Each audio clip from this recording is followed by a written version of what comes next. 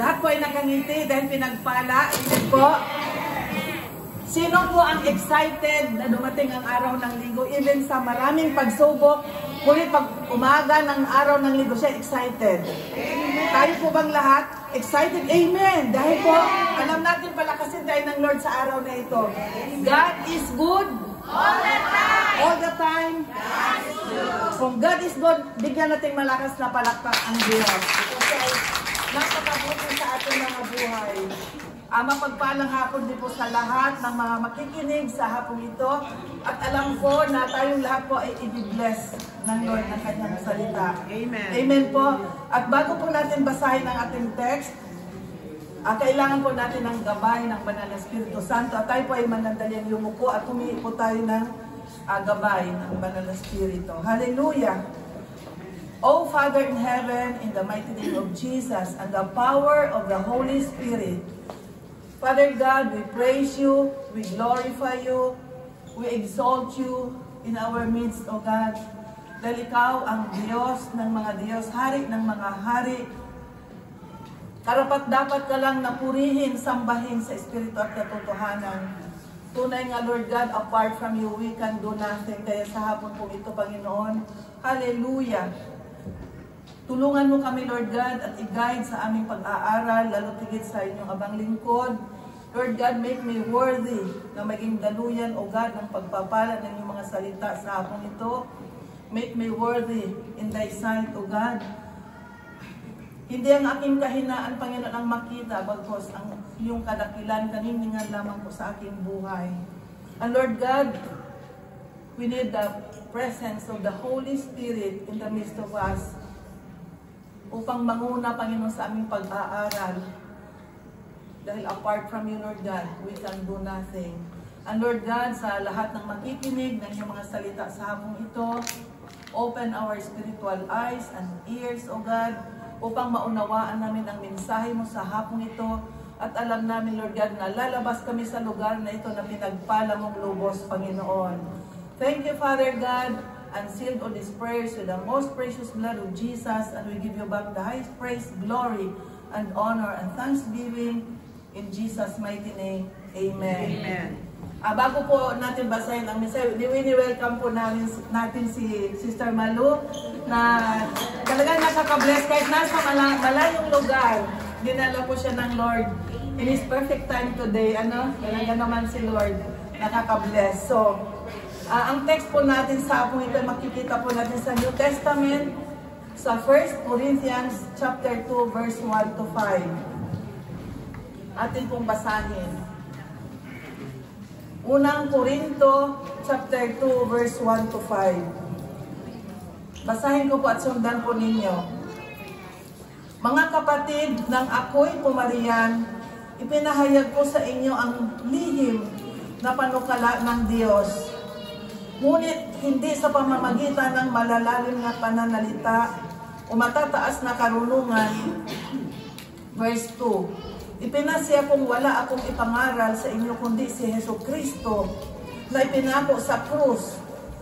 Kaya mahina, takot at nanginginig akong humarap sa inyo.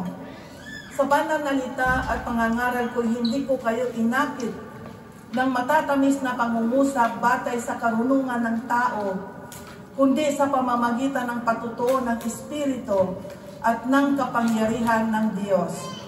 Kaya't hindi sa karunungan ng tao, kundi sa kapangyarihan ng Diyos na babatay ang inyong pananalig kay Kristo. Praise God sa kanyang mga salita at pagpalain po ng Diyos ang salita na mahayag ngayong hapong ito.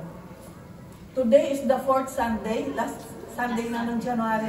So, first month, January, at may whole year pa po tayo, na may 11 months po tayo na kaharapin. So, today is the 4th Sunday of January 2025, and we must have the vision of the whole year. Napansin po natin ang mga preaching nitong mga last 3 weeks na palaging parang may vision para for the whole year. So, ano ang ating preparation, what God wants us to do para masunod po natin ang kanyang kalooban. Dahil tinuturuan po tayo na siya dapat ang manguna sa lahat ng bagay. Gaya ng sinabi sa Matthew 6:33, "Seek first the kingdom of God and all His righteousness, and all these things shall be added unto you." Hindi tayo pagkukulangin buong taon. Paghawakan natin ang kanyang salita na kapag inuna po natin siya, hindi tayo pagkukulangin ng Lord. So, ang Diyos, kung wala ang tao, Diyos pa rin, di po ba? Ngunit ang tao, kung wala ang Diyos, tayo ay we're nothing. We are nothing without God. Wala tayong kabuluhan, walang magagawa. Because apart from God, palagi nating sinasabi, we are nothing. So nais ng Diyos na manahan tayo at magtiwala for the whole year sa Kanya upang makasunod po tayo sa Kanyang kalooban. Ngunit, tinatanggal ng Diyos ang mga bagay na kung saan tayo umaasa. May mga pagsubok, kung saan tayo sumasandal, saan tayo kumakapit para subukin tayo sa ating pananampalataya. Ito po, nung tinuro po ni Pastor Agustino, siguro mga 5 years ago, na-bless po ako dahil sabi niya po minsan ang tao, hindi po ba maraming nakasandal sa pamilya, nakasandal sa kayamanan, comfort zone, nakasandal sa trabaho, magandang trabaho, malaki ang sahod. Kung minsan naman po, nakasandal sa talino, ako'y matalino. Talagang nakahanap ako ng magandang trabaho, ako'y talagang umaasa ako na sa aking talino, hindi ako magkukulang. Siya ay nakasandal sa kanyang talino, sa kanyang strength, sa kanyang lakas. Ako'y palaging malakas. Malakas ako magtrabaho kahit na 14 hours, kayang-kaya ko, kaya okay lang. Sa kanyang yaman naman, marami akong naipon. Wala akong ginawa, hindi maubos ang euro sa kakaipon. Ang dami na niyang pera sa bangko. Ngunit yung turo ng Bible, yung mayamang hangal? Pinuno na niyang pinudo ng kayamanan ang kanyang kamalig. Noong napuno po yung kamalig, pinagiba po niya at nagpagawa pa ng mas malaki na kamalig. Tapos nung napuno na lahat, ang kanyang kamalig, nung pinagawa po niya, sabi niya, ang dami ko nang naipon, kayamanan. Wala na akong ibang gawin kundi magsaya, iinom, kakain, magpasarap sa buhay. Ngunit ano ang sabi ng Panginoon? Hangal. Sa gabi din ito kukunin ko ng inyong buhay. Iyong malahat ng kanyang naipon, saan napunta? Wala. Kaya, nothing. Awanan daw. Naubos. So kahit na ano po nating ipon, kapag ikaw ay sumandal sa iyong kayamanan, bigla po parang poof, pag gusto ng Lord, Sabi ng Lord, karami niyang punong-puno ng kamalig, puno ng kayamanan. Sabi ng Lord, ang sabi niya, magsasaya na ako, hindi na ako magtrabaho. Tamang-tama sa lahat ng aking paghihirap. Pero ang sabi ng Lord, kasi ang Lord lang po ang nakakaalam sa ating future. Sabi niya, ngayong gabi din, kukunin ko ang iyong buhay. Walang mangyari. Kung umaasa tayo sa ating kayamanan, sa ating lakas. Ang lakas po natin, palagi po ba tayong malakas? Di po ba? Pag nagkasakit, nanghihina po tayo, ang kalakasan natin ay nanghihina. Ngayon naman kung nakasandal naman tayo sa talino, palagi permanente po ba ang talino? Pagdating ng tumanda, maging ulyanin, Alzheimer na. So hindi tayo pwedeng sumandal sa ating talino. Kung ano naman, sa pamilya, nandyan naman si daddy, mayaman, may pamana. Sure ka ba na ang pamana sa'yo? Kasi nag-aagawan din ang magkakapatid, kaya hindi rin sure yun. Wala rin, hindi tayo umasa sa ating mga pamilya. Kung minsan ang pamilya nagkakaroon ng discussions, problema. Kaya imbis na okay kayo ng iyong daddy, ng iyong mommy, magkapatid, nagkakaroon din ng mga away-away, ganyan. So, hindi natin maasahan ang pamilya. So, ngunit ang sabi ni Pablo, huwag tayong umasa sa sariling karunungan, kundi sa Espiritu lamang ng Diyos. sa power ng Lord. Huwag tayong umasa sa sarili nating karunungan. Not by might, nor by power, but my Spirit, said the Lord. Zechariah 4:6. Ang sabi ng Diyos, I am your God. Is there anything too hard for me? May mahirap ba sa Diyos? Wala. Walang mahirap sa Diyos. Jeremiah 32:27. Because He is the omnipotent, omnipresent, omniscient God. He is the source of everything. He is our Creator. Kaya walang mahirap sa Diyos. At sino po bang may alam o kakilala, ito ay isang tanong, na pinanganak ng matalino? O alam na niya lahat ng bagay. Pinanganak na paglaki niya, genius. Alam na niya lahat ng bagay. Di po ba wala? Ibig pong sabihin na ang tao, una ay walang alam. Pinanganak na zero. Walang alam. Anong alam lang ng pagpinanganak? Uha-uha. Kagaya kila Julia, no? Tingin ng gatas pag gutom. Natututo tayo dahil may nagturo. Sino po ba ang unang nagturo sa atin? Ang ating mga magulang. Ang mga teacher, nung mga elementary na tayo, then high school, then college, then ang iba nag-university. After hindi pa kontento, nag-proceed pa sa masteral degree. So, dami ng alam ang tao, the means of transportation. Maraming natutunan at high-tech na po ngayon. Lahat ng bagay ay advanced. Ang means of transportation noon, 1985, nung dumating po ako dito, dalawang color lang ng metro, red and green. Ngayon po, meron ng yellow? Violet. May blue na, hindi ko alam. Kaya ibig sabihin, advanced na masyado, yan ay karunungan ng tao. The means of communication, di ba, mayroon na sa Instagram, Facebook, WhatsApp, anytime, seconds lang nandun na yung magmanda ng mga photo, ng mga messages. So, ang bilis. Ang mga doctors naman po, using high-tech methods, less invasive sa pag may operahan. Through lasers na po ang ginagamit. Noon po ang pag-oopera po, buksan lahat. Ngayon po 3 butas na lang, less invasive, no? Dahil sa high-tech na ngayon ang tao. Ang mga astronaut, narating na nila ang Mars. Dati moon lang, di ba? Dami nang narating. So, ngayon po nakarinig po ako na may isang restaurant sa Germany na ang nagsiserve robot. Robot na daw po. Hindi ko, narinig ko lang. So, nakita po ninyo ang mga high-tech din po na paglilinis. I-on mo lang siya na maginis sa buong, yung iigot, yung maliit na, Dyson. Anong tawag? Dyson. Ayun. Ngayon, sabi ko, grabe na pala ang technology. So, ang lahat ng kaalaman ng tao, saan galing ang kaalaman, ang karunungan, ang kanyang skill? Di po ba galing lahat sa Diyos? Gift po yan. Amen. Kailang ang kuminsan ng taon, pinagmamalaki niya ang kanyang kaalaman. So, yes, men are intelligent, masipag, matyaga, mataas ang ambisyon, but all of this knowledge are temporary. Ito ay limited. Even if ikaw na ang pinakamatalino, pinakamayaman, pinakamagaling sa buong mundo, ikaw ay genius na. Being human has a limit.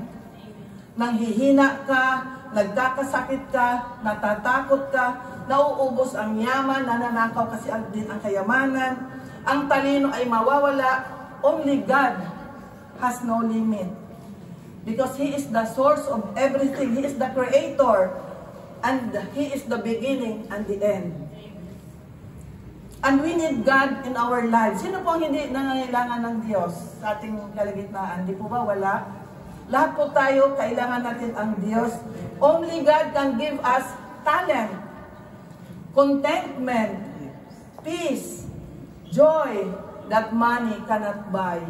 We must acknowledge everything na lahat ng meron tayo ay galing po sa Diyos. Dahil pag ina-acknowledge po natin na lahat ng bagay ay galing sa Diyos, siya po ay napapurihan at lalo niya tayong pagpapalain. Amen po?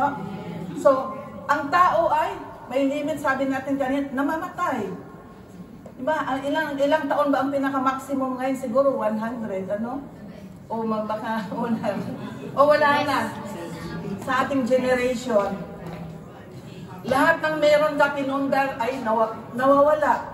Ang talino, sabi natin kanina, ay mawawala. Lahat ng karunungan ay hindi natin mapigil, hindi natin mapanghawakan dahil tumatanda.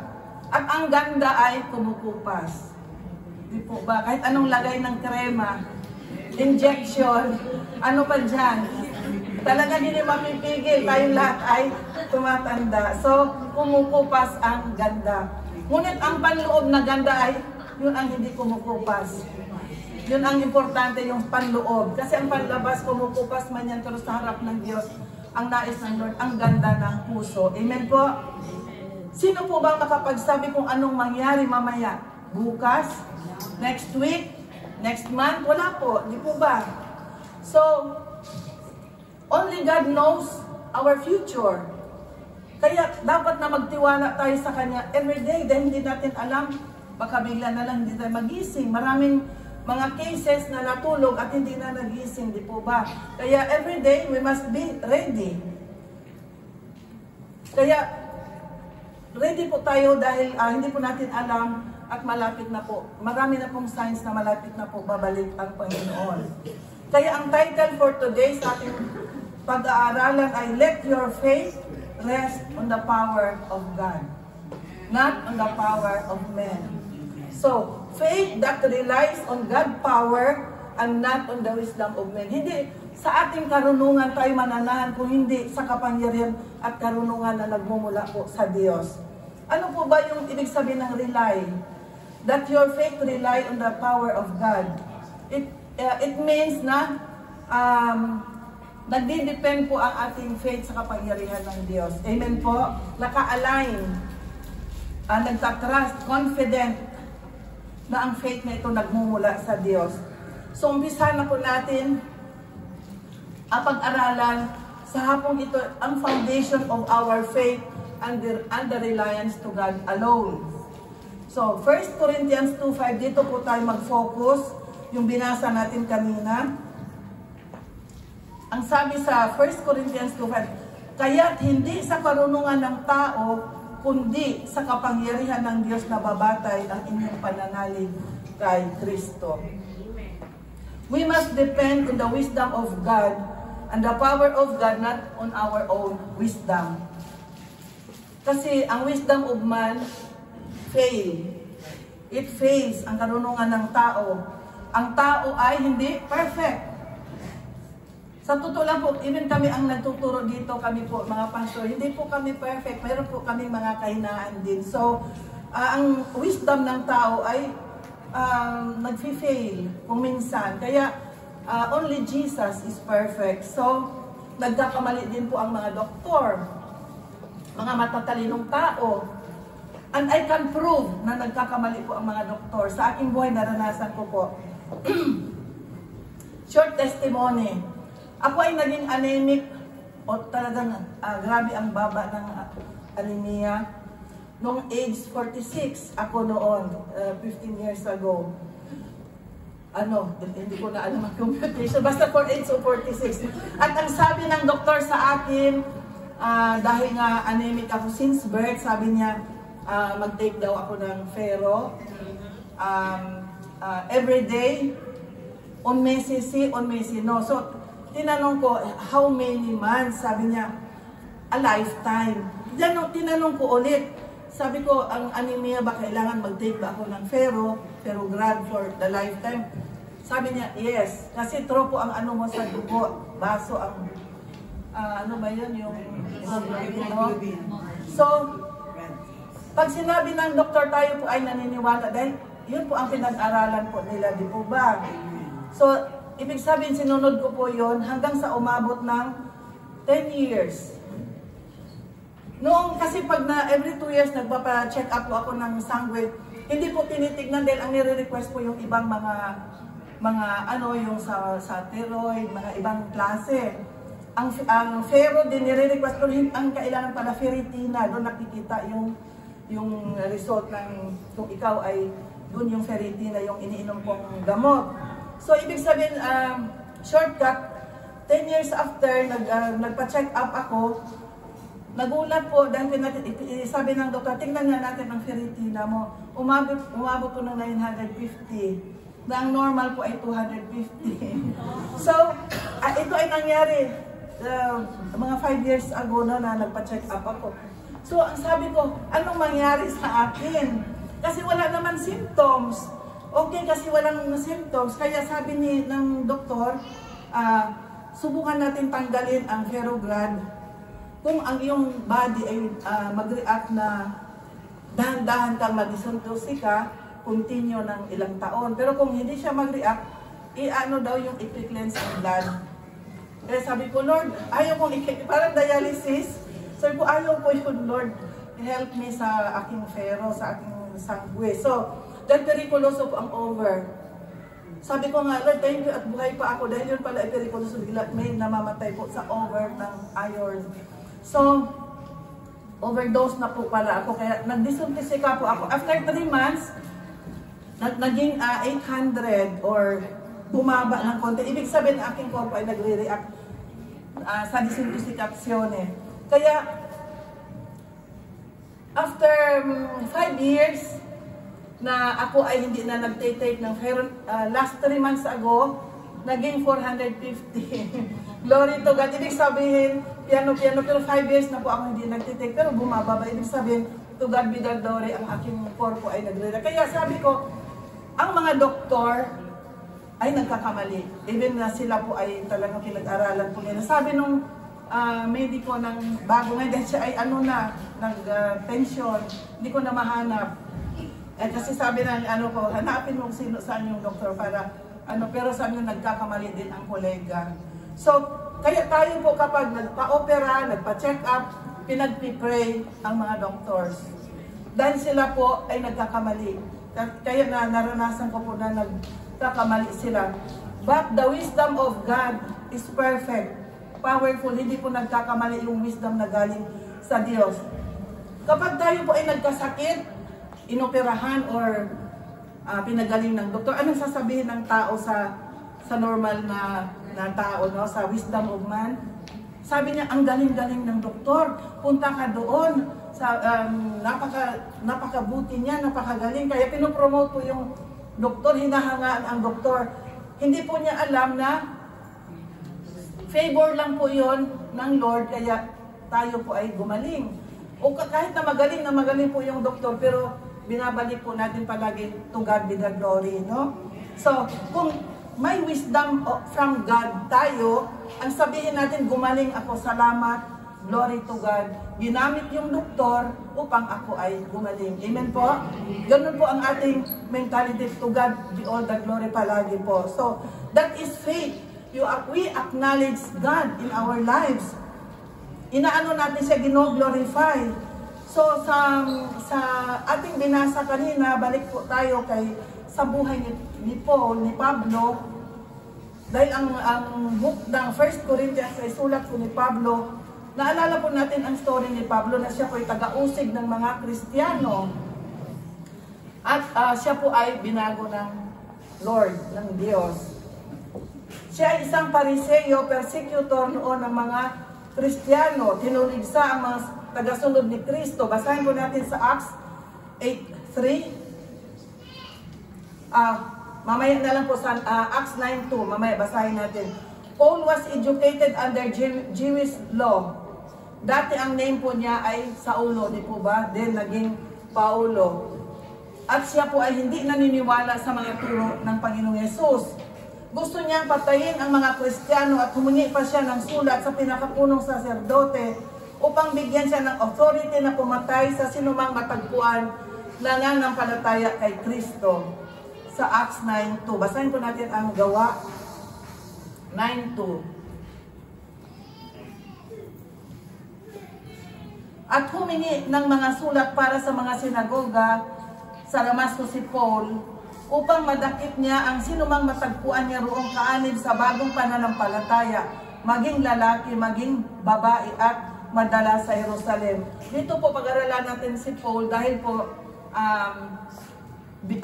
nag-transform po siya ng Lord from wisdom of men, naging gamit po siya wisdom of God. Kaya connected po ang ating topic. So, nakita po natin na at dahil sa kanyang plano na patayin ang lahat ng Kristiyano, ang Panginoon ay kumilos at ni-reverse ang balak ni Pablo. Alam natin na si Paul po ay mamamatay mga Kristiyano na taga-usig. Siya po ay lahat ng mga taga-sunod ni Kristo, siya po ay pinapatay po niya. At humingi pa siya kanina ng sulat sa pinakamataas na saserdote. So, ang Panginoon ay may kapangyarihan na gawin ang negatibo na maging positibo. At nakita po natin ito sa buhay ni Paul, ni Pablo. Dahil ni-reverse yung balak ni Pablo na patayin ang mga Kristiyano ngayon, ang Diyos ay kumilos sa kanyang buhay. Kaya sabihin mo sa iyong katabi, God can reverse all negatives in your life and turn it into positive. Amen. God can reverse your situation, negative situation to positive. Amen po. Even ang pinaka-worst na situation, kaya niyang baguhin. Diba dati, nasabi pa nga na, ikaw ay huli, ikaw ay buntot, pero ngayon nangunguna na. Dati, ikaw ay nangungutang. Ngayon, ikaw nang nagpapautang. Amen po. Amen. Glory to God. Kaya sa Acts 9, chapter 9, verse 3 to 9, sa paglalakbay po ni Saulo, yun po ang name niya noon, he encountered Jesus going to Damascus. At bigla siya'y nasilaw sa liwanag na kanyang nakita mula sa langit. At siya'y nasubasog. At narinig niya ang boses na nagsasalita, Saulo, Saulo, bakit mo ako inuusig? Ang nagsalita po dito ang Panginoong Jesus. Kaya, imagine po natin na siya ay mamamatay tao. Yung lahat ng mga sumusunod kay Jesus, na lahat ng mananampalataya, pinapatay niya. Ngunit, ayaw ng Lord na mangyari ito. Kaya nireverse niya ang situation. Ngayon, habang siya ay naglalakbay si Pablo doon papuntang Damasco, ito ay parang encounter nila. Hinarang si Saulo. At yun nga, may biglang nakitang liwanag at narinig yung boses na yung mga kasamahan niya, hindi po nakarinig, siya lang. So, ang sagot ni Saulo, sino po kayo, Panginoon? Dito siya ay binulag ng 3 days, hindi siya kumain ng 3 araw ni uminom. Ito ay God's power and intervention. Dito po, ito ang tagpo ng Saulo or Paul's encounter with Jesus. May 3 po tayong bagay na nakita nung sa encounter po nila. May 3 pangyayari sa kanilang pag-meet. Una, siya ay nasubasog. Ano pong ibig sabihin ng nasubasog? Nadapa? Natumba? Fallen? Pangalawa, anong pangalawang tagpo nang nagtagpo po sila may nangyari? Siya ay binulag. Nilagay sa madilim na sitwasyon. He can stand alone because he needs help. Ang pangatlo na nakita po natin sa kanilang encounter, siya ay nanghina. Physically, dahil 3 days siyang hindi kumain ni uminom. So, bago ang buhay ni Pablo, naranasan muna niya ang madapa. Ang malagay sa dilim na sitwasyon dahil bulag at siya'y nanghina physically. Kaya may tinuturo pong revelation dito. Bago makamtan ang blessing, ang nakaprepare na himala sa iyong buhay, ang promotion ng Lord sa iyong buhay, makaranas ka muna ng hirap, pagpapalo, pagsubok, at panghihina. Kagaya ng nakita natin kay Paul, bago po natanggap ni Pablo ang himala ng kaligtasan, ang paggamit sa kanyang buhay, ang kanyang misyon na ni-reverse ng Lord ang kanyang buhay from the worst situation na siya'y kriminal at siya'y maging kagamit-gamit para sa mga hintil. May naranasan muna siya itong 3 mga ito. Siya ay nasubasog, nadapa muna, binulag, naging sa sitwasyong madilim, at siya ay nanghina physically. So, sabi natin, bago makamtan ang blessing, pinapalo muna, no? Dalhin muna tayo na madapa tayo sa mga pagsubok.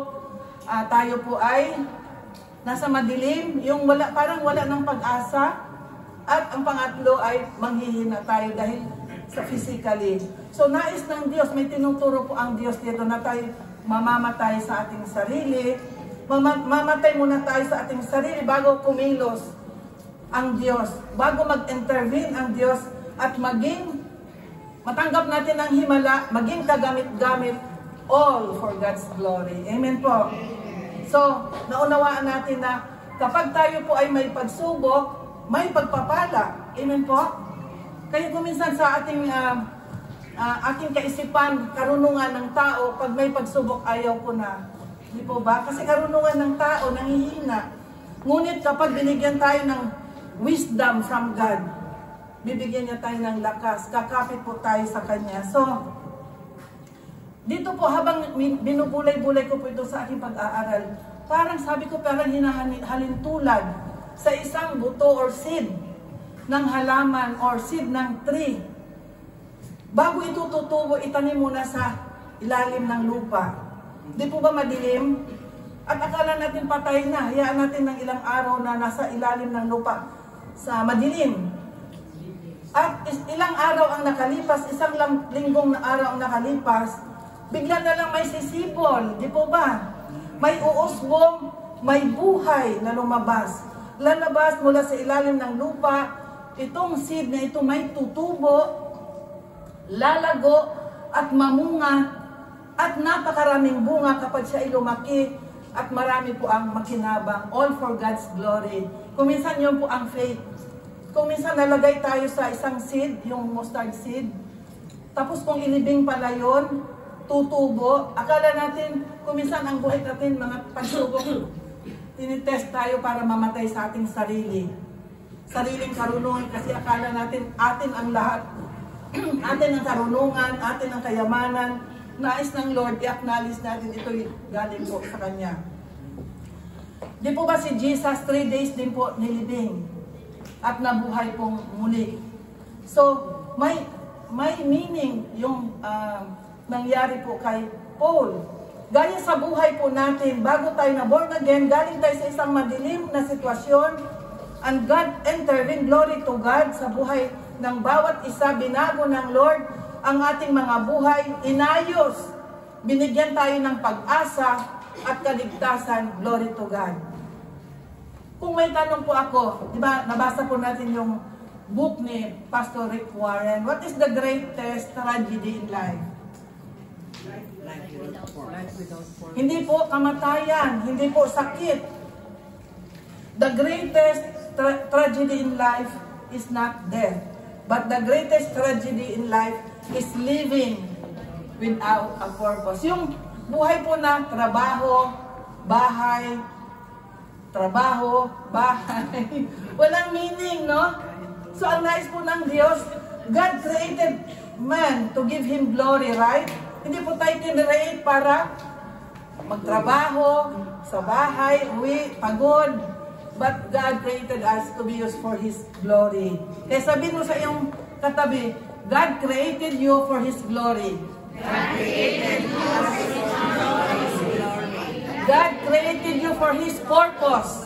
God created you for His purpose. Amen po. Palakpakan po natin ang Diyos. Amen.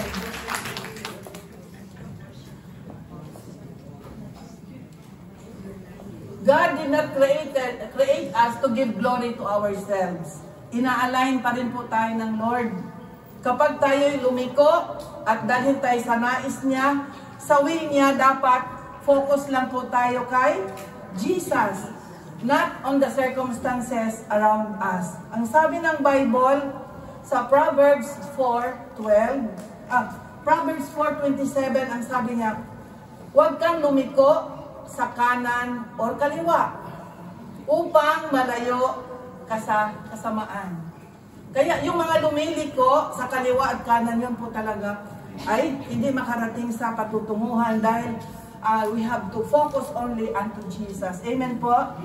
Yun po ang tinuturo. Dahil kapag nakafocus na po tayo sa kaliwa at kanan, hindi na po tayo dahil puro na lang kaliwa. Tingnan mo ang ginagawa ng kanan tinitignan mo. So, wala na po yung ang center po, kahit ang center po kasi si Jesus. Kapag tayo po looking unto Jesus, wala po tayong makikita mga mali.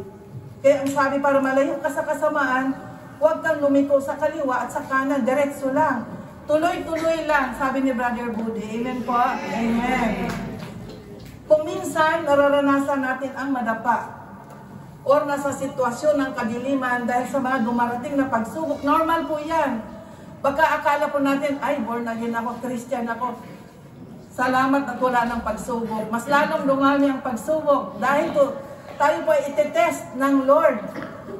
But don't worry dahil may nais lang na ituro ang Diyos sa ating mga buhay. Ang nais po ng Diyos ay magtiwala po tayo ng lubos sa Kanya. So, may reason kung bakit nararanasan natin ang mga pagsubok. Dahil hindi po maka-intervene ang Lord kung tayo po ay walang pagsubok. Paano makakilos ang Diyos? Paano natin makita, ma-display ang Kanyang power kung lahat ay tutubin na meron tayo, di po ba? So, normal po na may pagsubok in our lives. Kailangan lang po isuko natin ito sa Kanya. Yung siya lang ang hope natin at tatawag tayo, Lord, I need you. Yun lang po ang nais ng Lord, help me. Balik tayo kay Pablo, hindi pa natin natapos yung kanyang story. So, may plano po ang Diyos sa kanyang buhay. At may ginamit na alagad ang Panginoon. Ang pangalan po niya ay Ananias. Yun ang ginamit. Pinuntahan po si Paul, pinanalangin upang siya'y makakitang muli at mapuspos ng banal na espiritu. Inutusan po sa panaginip si Ananias ng Panginoon. Sabi niya, puntahan mo si Saul. Sa palagay niyo, madali yung kanyang kumpiti. Dahil siya ay mamamatay tao. Siyempre kung karunungan ng tao, ikaw ay utusan, puntahan mo yung kriminal, medyo alanganin po tayo. Hindi ko alam kung si Brother Marlon, kung utusan, puntahan mo yung kriminal, Brother Marlon, at ipag-pray mo. Kaya ko kung pupunta si Brother Marlon. So sa palagay, hindi po madali yung kanyang kumpiti. Dahil alam po niya, mamamatay tao si Paul, isang kriminal, walang kinatatakutan. Matapang na tao. So, ngunit dahil sa kanyang wisdom na nagmumula sa Diyos, nagtitiwala at nag-obey po si Ananias sa kanyang kumpiti at naganap ang plano ng Diyos sa kanyang buhay. So, sa ating mga buhay, may ginamit din po ba? Bago tayo na born again. Pasalamatan natin ang mga taong naging channel of blessing. Palakpakan natin ang mga tao. Dahil kung wala po ang mga taong nagdala sa atin dito, hindi po tayo nakakilala.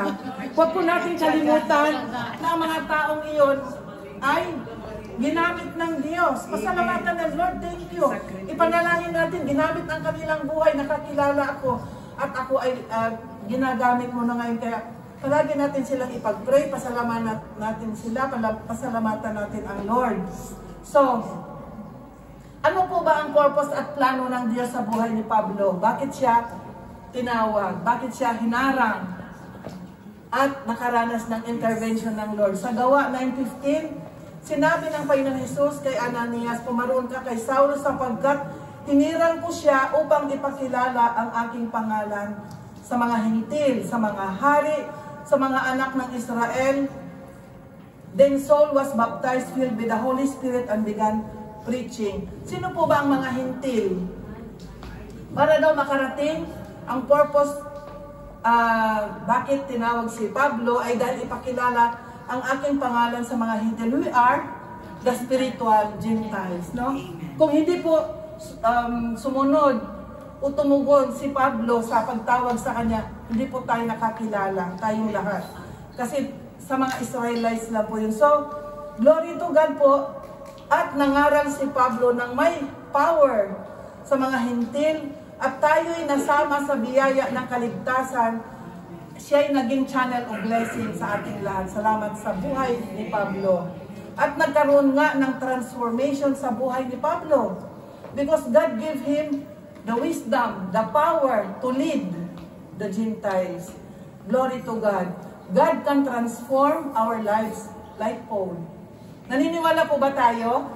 Na kung kaya ng Diyos baguhin, i-transform ang buhay ni Pablo, kaya rin ng Diyos na tayo'y baguhin like Paul, na makatanggap tayo ng himala sa kanyang buhay.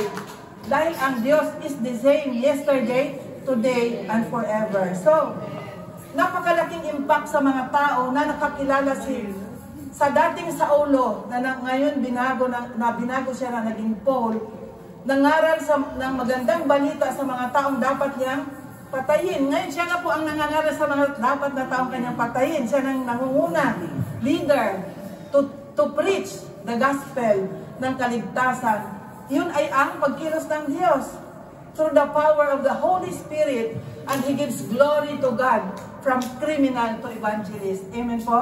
Kaya yung ating mga buhay, kahit na galing tayo sa kasamaan, galing tayo sa pangit na buhay, kapag kumilos po ang banal na Espiritu Santo, kapag na-encounter po natin si Jesus, nababago po ang ating buhay, natatransform po ang ating buhay. Glory to God. Kaya tingnan mo yung katabi. Kaya pala, ikaw ay kagamit-gamit na sa piling ng Diyos. Amen, amen. Natanggap yung himala. Himala ng kaligtasan. So, miracle happen. Bakit nangyayari yung himala? Miracle happen when you put faith and believe in God that He is able. Kung wala po ang faith natin, hindi po tayo makatanggap ng himala. At bakit nakakakilos ang Diyos sa ating mga buhay? Because we are connected.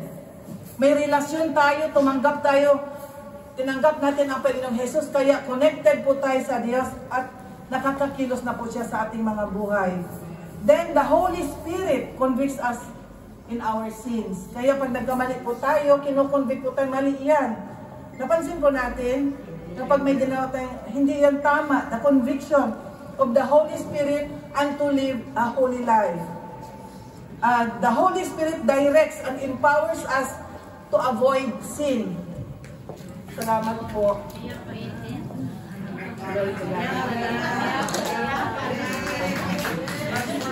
Transformation. Yan po ay proof of God's transformation. So, ang pangalawa, the Holy Spirit, bakit nakakilos ang Diyos sa ating buhay? Display His power as we obey, as we act on our faith. So kapag inaksyonan na po natin ang ating faith, nandun na po ang pagkilos ng Diyos. Because we live by faith and not by sight. So there is manifestation of God's power and miracles because of faith and the presence of the Holy Spirit in our lives. Kaya kung walang manifestation of the Holy Spirit, kulang. Kailangan, walang pagbabago, kailangan talagang kailangan i-action natin yung ating mga nalalaman sa Bible. So, we need faith to receive power. We need faith to receive anointing, wisdom, knowledge, understanding. We need faith para makatanggap ng healing, deliverance. Kasi kung walang faith, without faith, hindi po natin matanggap ang lahat ng mga ito kung hindi po tayo naniniwala. So, bakit po tayo nakakatayo kapag inaatasan? Ikaw ang mag-pray ng food. Hindi ka man humihindi dahil alam mo, puspos ka ng banal na Espiritu Santo gaya ng ating pinag-aralan kahapon na kailangan palagi tayong puspos ng banal na Espiritu Santo para magawa natin ang pinapagawa ng Lord.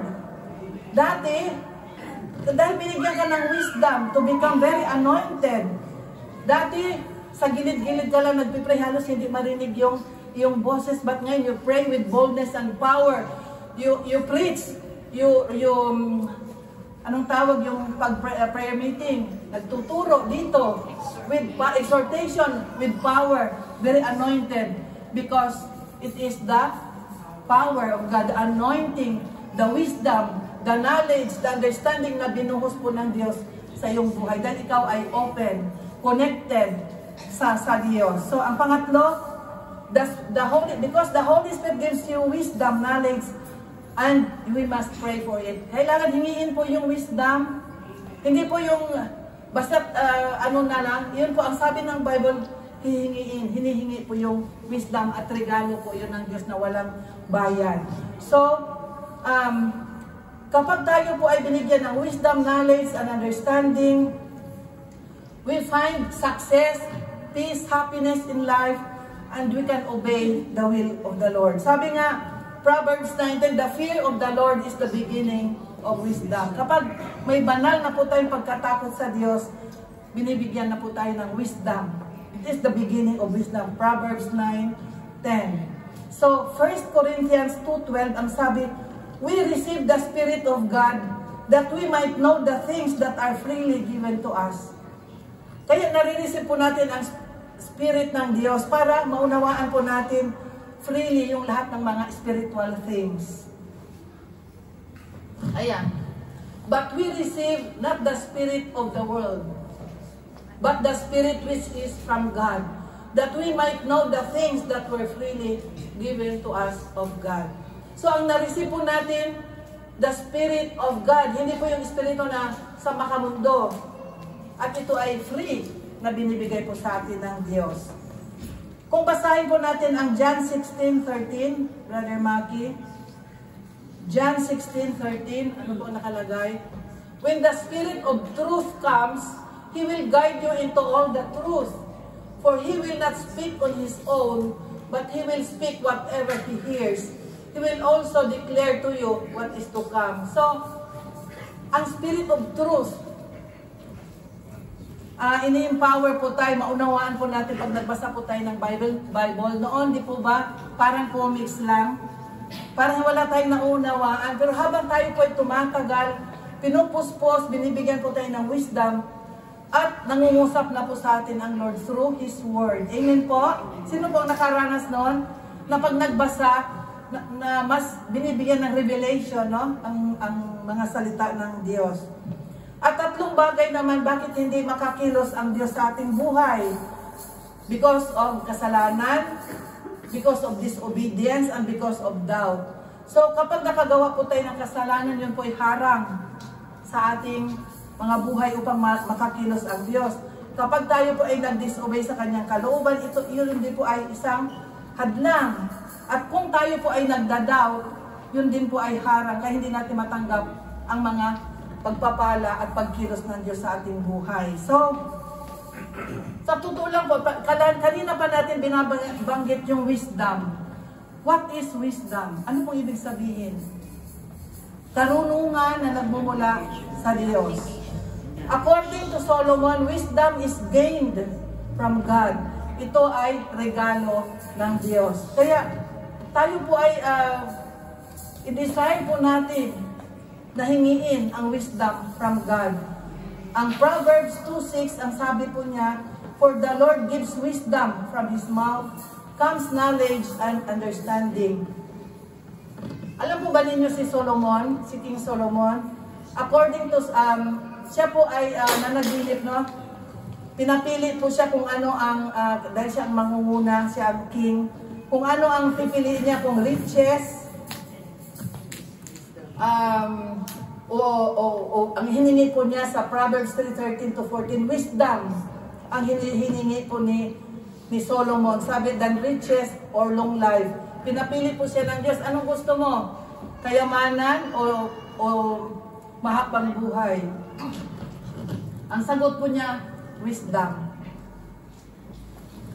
He chose wisdom rather than riches or long life, because so that he can lead the people.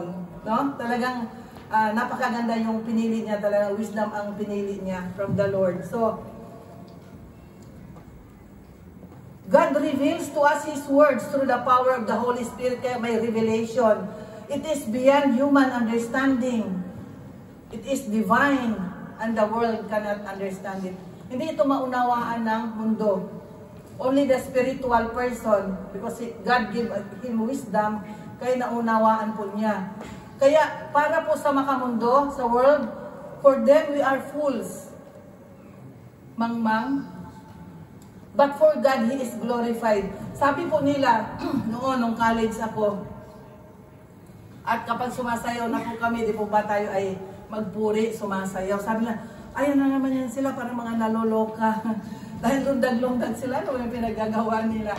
So, hindi nila alam tayo, galak, ang saya. At tayo ginagawa natin yung sumasayaw, nagagalak. Kasi sinabi naman ng Bible, magalak kayo, di ba? Kanina, lumundag kayo.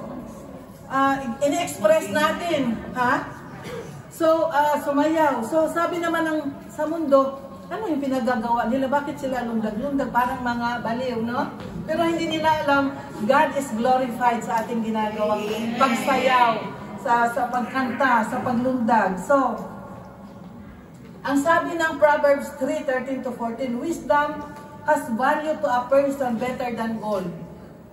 Aba, mas mataas ang value ng wisdom kaysa gold. Mas gugustuhin natin ang wisdom kaysa gold. Ang sabi ng Proverbs 16:16, better get wisdom than gold.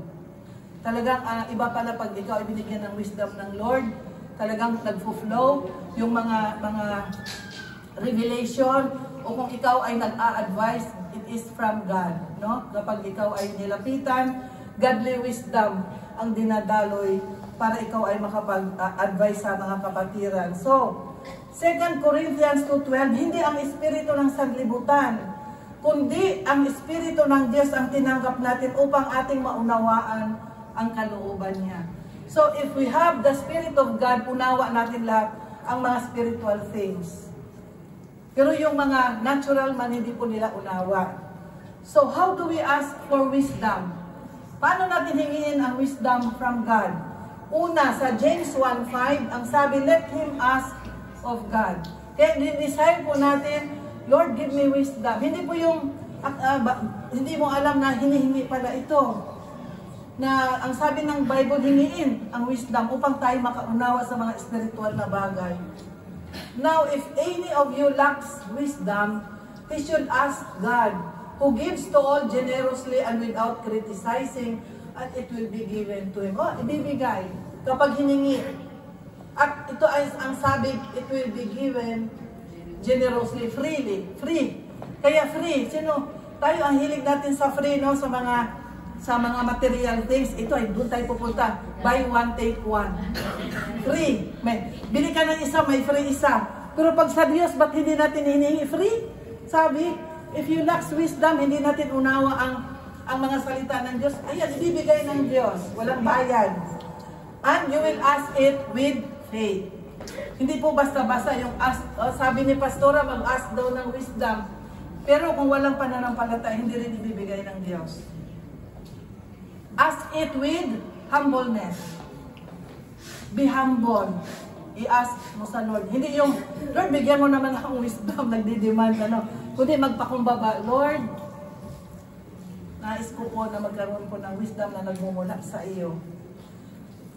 So, yung binasa natin kanina sa 1 Corinthians 2:9-10, all testify that we must not rely on our own wisdom, but we must rely on God's power always.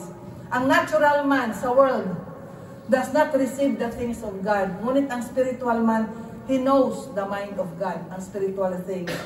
Sa natural man, they are foolishness, yung mga ginagawa ng mga born again, ng mga nakakilala ng mananampalataya. But sa mananampalataya, he understands the Spirit of God. Sa natural man, lahat gusto ay materialistic. Ngunit sa godly person, seek godly things. Sa natural man, unregenerated, unsaved from Adam. Kay ano naman, dito naman po sa spiritual man, has eternal life and salvation. Yun po ang comparison. So, tandaan po natin, faith plus wisdom equals power of God. Sabihin po natin, faith plus wisdom, there is power of God. So, pagsama silang dalawa, there is power. So, wisdom lang, without faith, no power. Kung wisdom lang, pero wala pong faith, wala pong kapangyarihan. So, kung tayo po ay mag-self-evaluation, no? Saan nakatayo ang ating faith? Where standeth your faith? Pili sa wisdom of men or sa wisdom of God? Ano bang gustuhin natin? Di po ba gusto natin wisdom from God? Amen po? At ang sabi ng Proverbs 12:15, the way of the fool seems right. Sa Tagalog bro, kung meron. But the wise listen to the advice. And nagpapasa ko po, ang sabi ng Proverbs 12:15 sa Tagalog, ang lakad ng nangmang ay matuwid sa kanyang sariling isip, sa kanyang sariling mata. Ngunit siya'y pantas. Siyang pantas ay nakikinig sa payo. English na lang bro. The way of the fool seems right. Akala niya, tama yung ginagawa niya, yung mangmang. But the wise listen to the advice. Kaya pag tayo po ikinakaunsilan, makinig po tayo. Dahil akala natin yung ginagawa natin, tama, pero hindi po yun tama. Dahil ang sabi, basta ang nag-counsel sa atin, godly man, sundin po natin, the way of a fool is right in his own eyes. No? But he that is wise, hearkeneth unto counsel. Nakikinig sa mga advice ng spiritual people. Kaya wag po matigas ang ating ulo pag ina-advise. Wag yung sarili nating ang sundin natin dahil they are binibigyan po ng wisdom from God. So, faith enables us to believe and receive all God has prepared for us. Kaya sa mundo, anong sabi ng prinsipyo ng mundo? To see is to believe. But sa spiritual, believe first and you will see. Okay, so,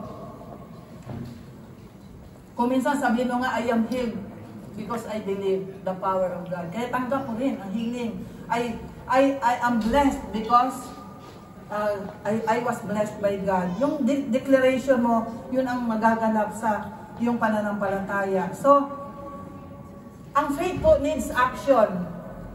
Because faith without action is dead. Sabi po ng James, no? So, kailangan po actionan ang faith. Dito po, nakita ko po dito sa faith, sa letter F-A-I-T, meron pong nakapaloob para ma-actionan po ang faith. Dahil ang faith po, ang sabi ay paniniwala sa mga bagay na hindi nakikita. But because of your faith, you obey. Alam mo, may Diyos. Naniniwala ka na may Diyos na makapangyarihan. So F stands for fear of the Lord. Para matandaan natin, faith. Fear, kailangan may banal akong pagkatakot sa Diyos. Action. Kaya, ang sabi nga, fear is the beginning of wisdom. Kaya, F stands for fear of the Lord. Ang A, kasi anuhin natin yung faith, no? Ang A, ask grace. And hindi grace na, grace. Ask grace and guidance to become victorious in life. Kaya, F stands for fear of God. A stands for ask grace and guidance. Dahil kung wala po tayong grace and guidance of the Lord, hindi po tayo maging victorious. Then I stands for intimate relationship with God. Palagi po tayong connected. Huwag pong mag-disconnect. Dahil pag nag-disconnect, wala na pong intimate relationship at hindi na po makasunod sa kalooban ng Lord. So ang T, trust God always. Magtiwala palagi sa Panginoon. Kahit ano pa man ang circumstances na dumating sa ating buhay, always trust God. Ang H, ano ba? Ayun, humbleness. Be humble. Dahil, alam po ba natin ang humbleness is the key to obedience. Kasi kung hindi po tayo humble, hindi po tayo maka-obey sa kalooban ng Lord, sa mga nangunguna po sa atin. So, ang sabi natin kanina, faith plus wisdom becomes the power of God. Example sa isang wisdom, sa isang sitwasyon na totoo na dumadating sa ating buhay. Dami mong pagsubok.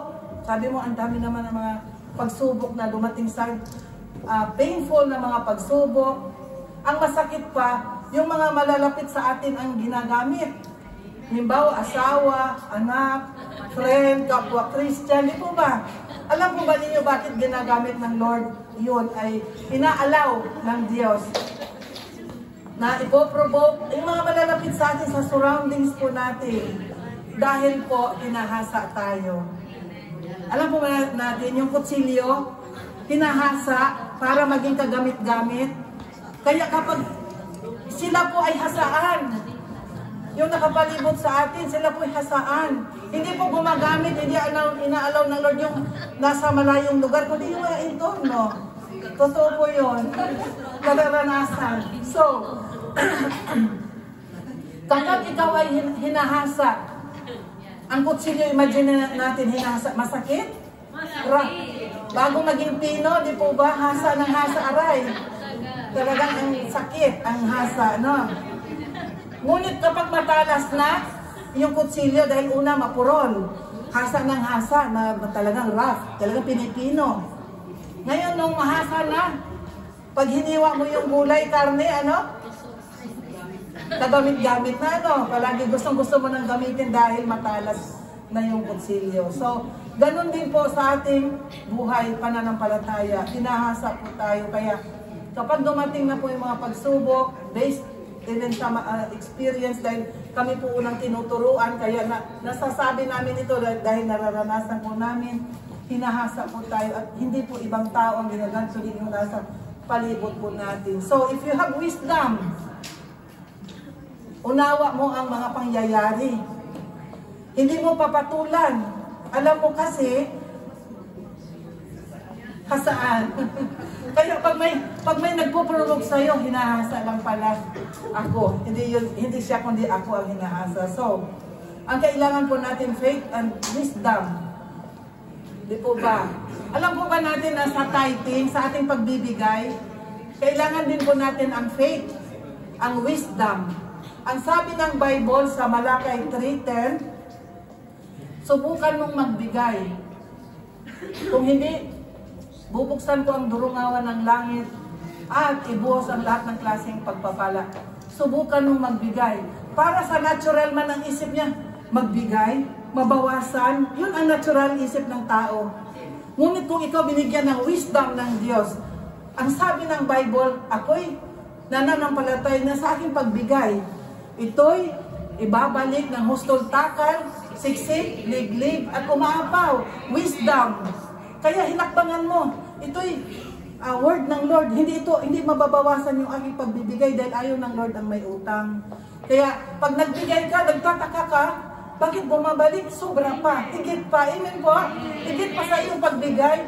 Kaya ito ay wisdom na nagmumula sa Diyos. At hindi lahat meron ito. Ganitong prinsipyo. So pag nagbigay, ito man ay financial, time, effort, ito ay babalik ng Diyos ng siksik, liglig, at umaapaw. Kaya, sabihin mo sa iyong katabi, hindi ito magagawa ng tao, ngunit magagawa ng Diyos ang lahat ng bagay. Amen po? All things are possible with God. 2 Corinthians 2:27. Subalit pinili ng Diyos sa palagay ng sanlibutan ay kahangalan, upang hiyain ang marurunong at ang mahihina sa turing ng sanlibutan, upang hiyain ang malalakas. God wants to display His power through weak people. Kung saan tayo mahina, doon tayo malakas, di po ba? Hindi pinili ng Diyos ang mga magagaling, magaganda, or pogi, or mayayaman, or mababait. Si Pablo, kriminal. Isang kriminal, mamamatay tao, ngunit naging apostol, naging evangelist. Alam po ba ninyo ang pinipili ng Diyos? Yung mga mahihina, walang pinag-aralan, at yung kasino ang mga buhay.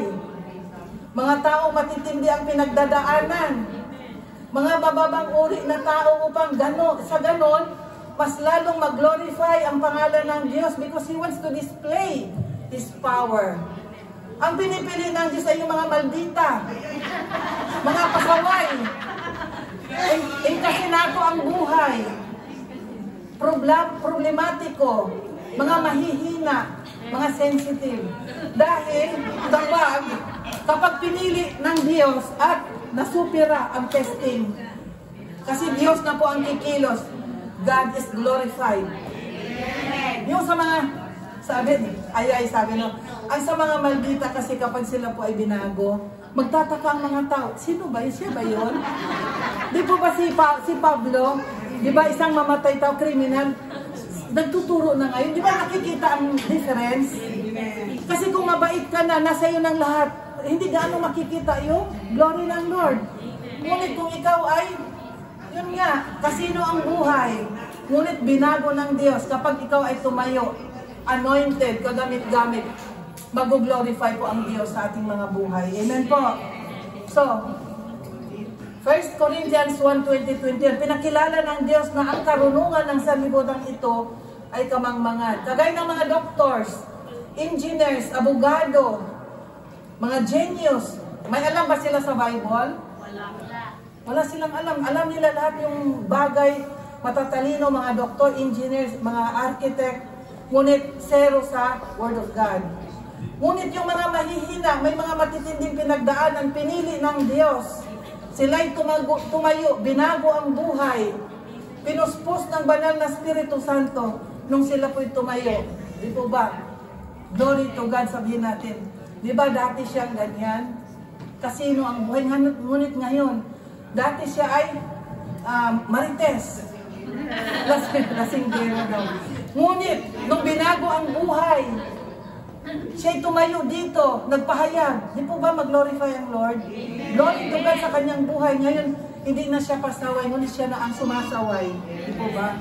Amen. So, kaya sa verse 29 ng 1 Corinthians 1, kaya walang maaaring magmamalaki sa harapan ng Diyos. Ang Panginoon ang dapat natin ipagmalaki sa ating buhay. Huwag natin ipagmalaki. Ako may malaking bahay, may sasakyan, ang aking mga anak, ay lahat na pinagmamalaki, tinataas ko yung very proud, no? Ngunit ang sabi sa Bible, ang ipagmalaki natin, glory to God, meron akong bahay na tinitiran. Glory to God, palagi po sa Lord. Glory to God, we will acknowledge the greatness of God in our lives. Ang nais po ng Diyos ay ikaw, tayo, manalig sa Diyos through the power of the Holy Spirit, that God will give us power, wisdom, knowledge, and understanding to see all things in spiritual and can obey His will and plan for us. Sa Diyos po laging may pag-asa. Amen po. Sino ba ang dakordo na sa Diyos po laging may pag-asa? Isa lang po ang walang pag-asa, yung hindi na po humihinga. Ano? So, sa Diyos laging may pag-asa. So, huwag po tayo mawala ng pag-asa, pagtitiwala, because God is always there is hope always in Jesus. Ang sabi nga ng Proverbs 3:5-7, trust in the Lord with all your heart, and lean not on your own understanding. In all thy ways acknowledge Him, and He shall direct thy paths. So we must always acknowledge God. Para po mag-glorify po ang Diyos sa ating mga buhay. Alam po ba natin na kapag naging kagamit-gamit tayo sa Diyos, naging channel of blessing tayo dahil tayo po ay nakakilala at nabago ang ating buhay. Marami po ang naging nabibless. Kahit na yung pagsasalita lang po natin, halimbawa nasa fermata, at ang the way tayo magsalita, malalaman po nila na ikaw ay godly man. Kaya halata nila na ikaw ay nasa Panginoon. Kaya marami ang ikaw ay hindi mo alam, ikaw pala ay nagagamit na bilang channel of blessing, na hindi mo man lang napansin, na nabibless na pala sila sa iyong buhay. So, salamat sa wisdom na idinadaloy ng Lord sa ating mga buhay, because we can share His Word. Hindi yung kahit na, hindi pastor lang ang nagsishare His Word. Even sa labas, you testify your life, naging kagamit-gamit ay iyong buhay, at naging channel of blessing ka sa maraming tao. Kaya, kapag inatasan kang tumayo, tayo, wala nang dahilan kung bakit hindi ka sumunod. Bakit? God will give you the wisdom. God will give you the knowledge and understanding needed upang tayo po ay maka-obey. And in our obedience, God will bless us more and more and more. So tayong lahat ay gagamitin ng Diyos mightily for His glory. Ano po ba ang lesson natin today, ang natutunan natin? 2 Corinthians 5:7, for we walk by faith, not by sight, and we walk in the wisdom of God. Amen po? So, basahin ko lang po bago ang conclude, 1 Corinthians 1:24, subalit sa mga tinawag ng Diyos, maging Hudyo man o Grego man, si Kristo ang kapangyarihan at karunungan ng Diyos. Walang pinipili. ikaw man ay Grego, ikaw man ay Hudyo, sabi dito, lahat po tayo, kung tayo po itinawag, si Kristo ang nagbibigay ng kapangyarihan at karunungan na nagmumula sa Diyos. Conclusion, Colossians chapter 3 verse 16. Let the message of Christ dwell among you richly, as you teach and admonish one another with all wisdom, through psalms, hymns, and songs from the Spirit, singing to God with gratitude. Tingnan daw natin, subukan natin sa Tagalog, bro. Manahan nawang sagana sa inyo ang salita ni Kristo, ayon sa buong karunungan, kayo'y magturuan at mapagpaalalahanan sa isa't isa sa pamamagitan ng mga salmo at ng mga himno at mga awit na ukol sa Espiritu at magsiawit kayong may biyaya sa inyong mga puso sa Diyos. Kaya, ang sabi ng ating conclusion, palagi pong mag-dwell sa ating mga puso ang mga turo, ang wisdom, admonish one another, at magpalalahanan tayo palagi sa awitin, mga spiritual songs, at singing to God with gratitude. Kailangan palaging may pusong mapagpasalamat sa Diyos. Ang challenge po, ito po ay sa sarili natin self-evaluation. Where standeth your faith right now? Are you relying more on your own wisdom? Sinusunod mo yung sarili mong kagustuhan or your own wisdom? Or you are depending in your own strength, your own knowledge, or what you have? Or relying more on God's wisdom or on God's power? Kaya ito po ay ating bulay-bulayin. Kung saan na ba tayo sa harapan ng Diyos na yung ating pananampalataya? Nagre-rely ba ako sa sarili ko, na kaya ko, kalakasan ko? Or nagre-rely ako more sa karunungan ng Diyos or sa wisdom ng Lord na binigay sa atin o sa kapangyarihan ng Diyos? So, glory to God po sa hapong ito. Hanggang dito na lang po at glory to God po at I hope and believe na na-bless po tayo sa salita ng Lord. Hanggang dito na lang po. To God be the glory. Tinatawagan ko na po ang music team. Tayo po ay awit. Awitan po natin ang Lord. Nais po ng Lord na siya ay acknowledge even sa ating worship.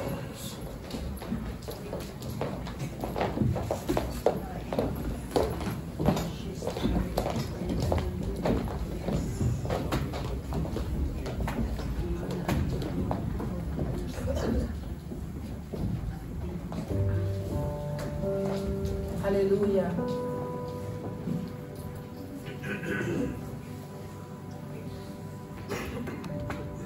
Hallelujah. Mga kapatid, sa hapon pong ito, imuni-munihin po natin or self-evaluation sa ating mga sarili about sa ating pananampalataya. Yung tinuro sa araw na ito.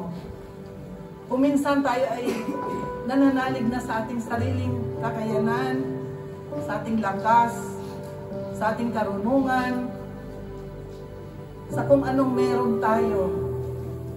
Nakasandal po tayo sa mga bagay na temporary. Ngunit, isipin din po natin na ang lahat ng ito ay temporary. Only God can give us eternal na kalakasan, eternal life. Kapag tayo po ay pagod, ang Diyos lamang po maka-feel at maka-give ng strength sa ating mga buhay. Kaya sa ating, bago tayo umawit, isipin po natin ang mga ginagawa ng Diyos sa ating buhay na kung minsan parang nalimutan na natin na dami niyang ginawa. Kamangha-mangha, mga himala. Na kung saan siya naka-intervene sa ating buhay. Yung mga sitwasyong painful, sitwasyong hirap, mga pagsubok. Kagaya ng naranasan ko ni Pablo. Bago po siya binless ng Lord, dami niyang naranasan. Una siya'y nadapa. Siya'y nasa madilim na sitwasyon. Nakala mo wala ng pag-asa, kailangan niya ng kasama dahil siya'y bulag.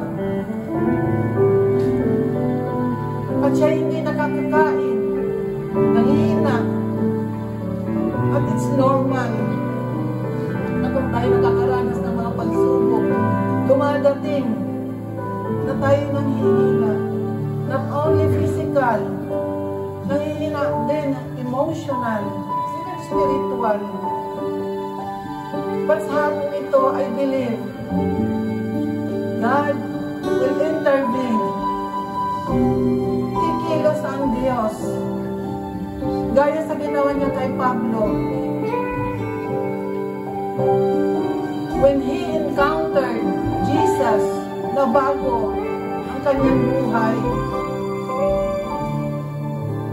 he was transformed na siya po ay isang kriminal at naging evangelist, naging apostol, because God has a purpose in his life. Isa po ito, bulay-bulayin po natin sa ating buhay kung paano tayo binago ng Diyos. At sometimes kahit na born again na po tayo, nakakaranas pa rin po tayo ng mga pagsubok. Because God wants to test us, to test our faith. Bago po natin maranasan ang panibagong pagpapala, blessing, promotion. Hallelujah. Kung minsan makaranas muna tayo ng ligligan, makaranas ng mga sitwasyong ayaw natin. But today, God wants to bless you. God wants to minister you. Ang nais po ng Diyos sa ikaw ay pagpalain. Ngunit kailangan magtiwala ng lubos sa Diyos. Manalig, manampalataya, isuko ang lahat ng bigat sa oras na ito. In the mighty name of Jesus. Kaya kapatid, ano man ang nararanasan mo sa oras na ito, ilapit mo sa Diyos. Sabihin mo, Lord, ayaw ko ito. I surrender it to you, Lord God.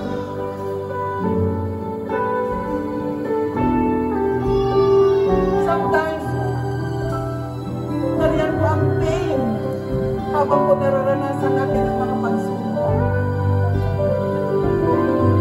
Ngunit kapatid, don't worry.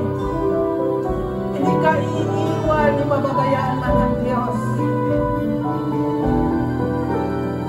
Tutulungan ka ng Diyos ma-overcome ang lahat ng mga sitwasyon ito through the power of the Holy Spirit. God wants to bless you because God loves you. Hallelujah, hallelujah, hallelujah, hallelujah. At alam mo ba, kapatid, na sa oras na ito, God can reverse your negative situation into positive situation because God wants to display His power and you will receive a miracle right now in the mighty name of Jesus. Kagaya ng nangyari kay Paul. This is the message for today that you will receive His blessing. He is able dahil siya po ay Diyos. All things are possible with God. Kaya sa oras ito, habang tayo umaawit, mangusap, sabihin mo sa Lord, Lord, ayaw ko itong aking sitwasyon. Sinusuko ko lahat ang mga ayaw kong sitwasyon, Lord God. And I believe by faith that God will intervene in the mighty name of Jesus. Hallelujah. Panginoon, sa hapon kong ito, narito kaming lahat, Lord God, naninigluhod, nagpapakumbaba, O Diyos. Ano man ang mga nakikita mo pang bahid kasalanan sa aming mga puso, upang maging hadlang, Lord God, sa iyong malayang pagkilos sa oras na ito. Forgive us and cleanse us with the most precious blood of Jesus. Lord God, make us worthy sa hapong ito na tumanggap ng masaganang pagpapala ng iyong himala sa oras na ito, Lord God. At tanggapin mo, Panginoon, ang mga awitin namin ihahandog sa iyo, Lord God. Hallelujah. Hallelujah. Dahil, Lord God, sa iyo, walang mahirap. Walang mahirap sa iyo, Lord. Because all things are possible with you. Awitin po natin. Dahil walang mahirap sa Diyos. Sama umawit po tayo. Gawin po natin itong panalangin sa ating mga puso. At i-declare po natin na walang mahirap sa Diyos. Hallelujah. Hallelujah. Hallelujah. Hallelujah.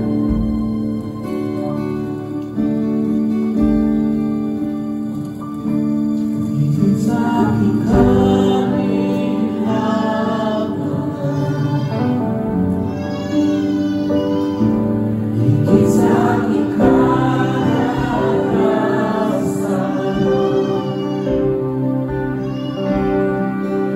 Isa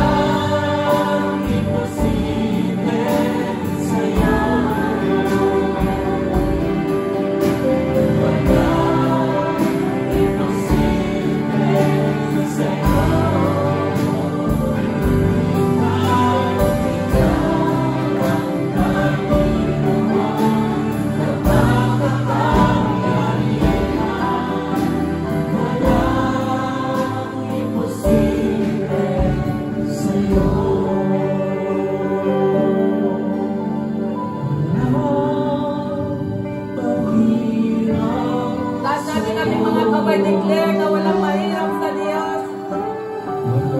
At ano man iyong pangangailangan na bibigay ng Diyos. Because all things are possible with God. Hallelujah.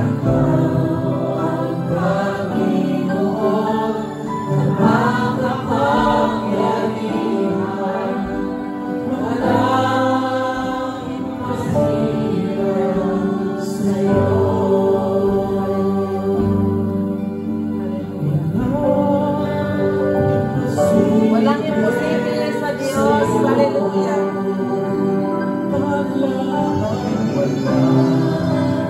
Imposible sa Diyos.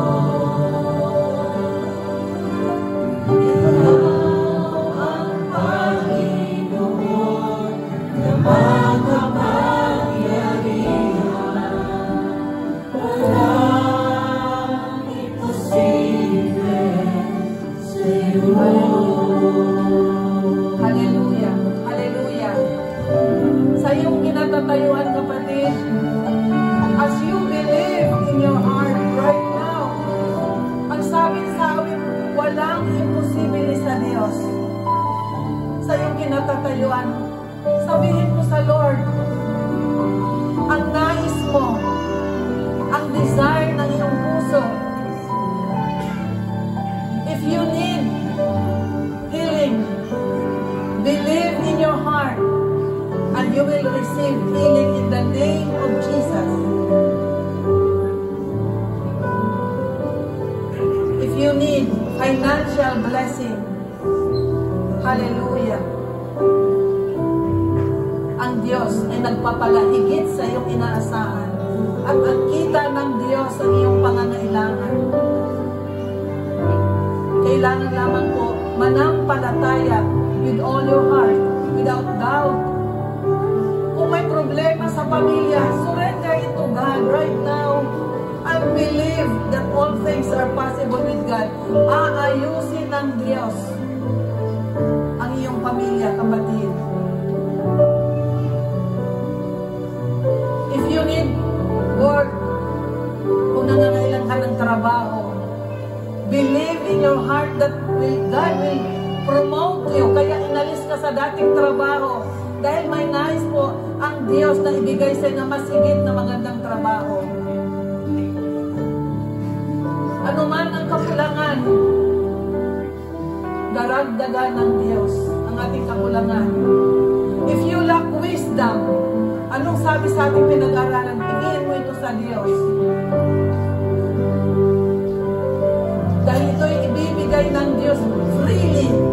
Hallelujah, hallelujah. Right now, sabihin mo sa Diyos, Lord, give me the wisdom upang maunawaan ko, Panginoon, ang nais mo sa aking buhay.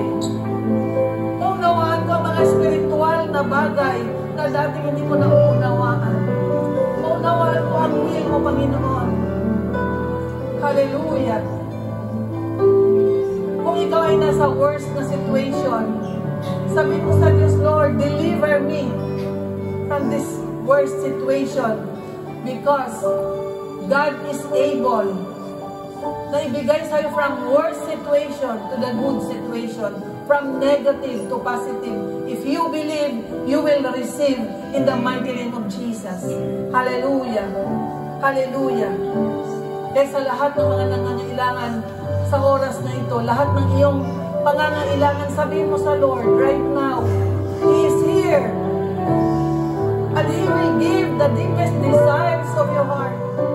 Dahil hindi natin kita, hindi natin alam, wala tayong karunungan na alamin ang mga bagay, ngunit ang Diyos, alam niya ang bawat puso, ang bawat pangangailangan. Kaya sabihin mo sa Lord, Lord, I need you. Ito ang deepest desire ng aking puso. Talk to God. Hallelujah. Hallelujah. Awitin po natin for the last time. Walang mahirap and we will declare na lahat ay posible sa Diyos. Hallelujah. Hallelujah.